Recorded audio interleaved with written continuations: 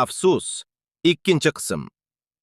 Yangi kofta olganiga qaramasdan, Munira baribir ishlash fikridan qaytmadi. Baribir ishlayman deya o'ylardi u. O'ziga yoqqan koftani oldi. Munisa uyga ul-bul mayda-chuyda olgach qaytishdi. Ular qaytgunicha Saida opa mantini tugib, olovga qo'yishga ulgurgan ekan. Qizlar ust-boshini alishtirib qolgan ishlarga qarashishdi. Kechki ovqat payti Munira sekin gap boshladi. Dada, sizdan bir narsani iltimos qilsam bo'ladimi? Tamom. Hozir ish haqida so'z ochadi.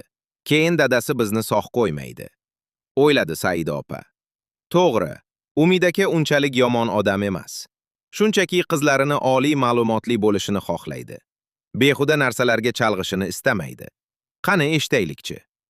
Umid aka piyoladagi choydan bir xo'plagancha qiziga qaradi.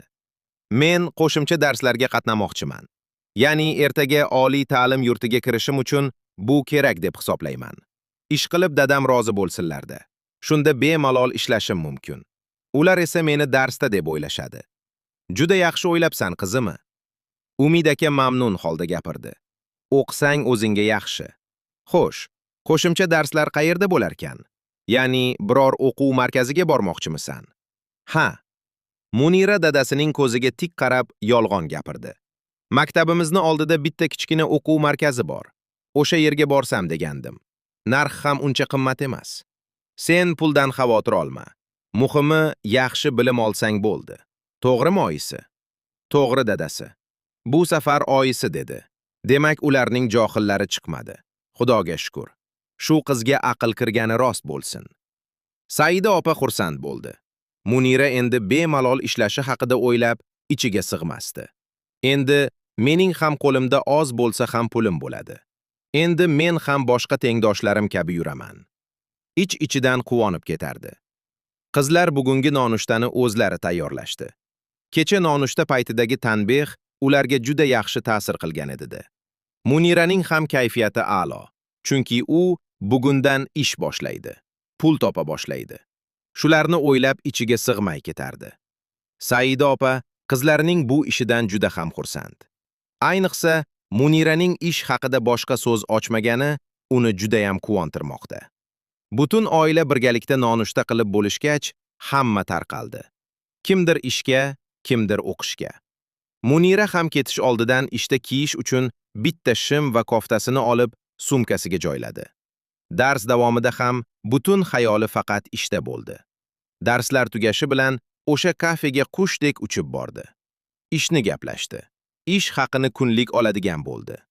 Kelishib olishgach, ust-boshini almashtirib, tezda ishga tushib ketdi. Ishni idish-tovoq yuvishdan boshladi. U uchun hozir eng ma'quli shu. Chunki ko'zga tashlanmaydi. Jimgina ishlaydi va pulini oladi. Kunlar shu zaylda davom qila boshladi. Munira maktabdan keyin ishga borar va bu haqida hozircha hech kim bilmasdi. Muniraning hayoti maktab va ish bilan bir maromda ketayotgan edi. Toki dadasi hamkasblari bilan o'sha kafega kirib qolmagunlaricha. O'sha kuni kafeda ishchilar juda oz, mijozlar esa ko'p edi. Shu sababli Munira ham mijozlarga xizmat ko'rsata boshlagandi. Munira, sen deraza yonidagi yangi kelganlardan xabar ol. Ishchilardan bittasi buyurtma olib ketayotib, Muniraga aytib o'tib ketdi. Munira, xo'p degancha, qo'liga kichkina bloknot va ruchkani olib, yangi kelganlarning yoniga bordi. Assalomu alaykum. Nima buyurasiz? Boyadan buyon hamkasblari bilan bir mavzuda qizg'in bahs yuritayotgan Umid aka tanish ovozni eshitib, buyurtma olgani kelgan qiz tomonga qaradi va qotib qoldi. Sen boshqa so'z ayta olmadi, dada. Munira pichirlabgina aytdi. Ammo dadasini ko'rib, qo'rqib ketganidan ko'zlari katta-katta bo'lib ketgandi. Men hozir Umid aka o'rnidan turib, Munira yomon qarab qo'ygancha tashqariga chiqib ketdi. Munira bir muddat nima qilishni ham bilmasdi. Na dadasining ortidan bora oldi, na mijozlardan buyurtma ola bildi. Bir joyda qoqqan qoziqdek bo'lib turaverdi. Ish boshqaruvchining ovozi uni o'ziga keltirdi. Munira yana o'z ishlarini qilaverdi. Umid aka biroz vaqt o'tib, ichkariga qaytib kirdi va hamkasblariga uzrini aytib, narsalarni olib chiqib ketdi. Shu ketishda to'g'ri uyiga bordi. Yaxshiyam. Hozir uyda hech kim yo'q. Umid aka narsalarini bir chetga qo'ygancha, orom kursiga o'tirdi va boshini orqaga tashlab, ko'zlarini yumgancha xayolga cho'mdi. Men qayerda xato qildimki? Qizim ko'zimga tiq boqib, yolg'on gapirdi, o'ylardi u. Bir necha soatdan keyin ishdan qaytgan Saida opa, orom kursida xayolga cho'mib o'tirgan turmush o'rtog'ini ko'rib, hayron bo'lgancha oldiga keldi. Tinchlikmi dadasi?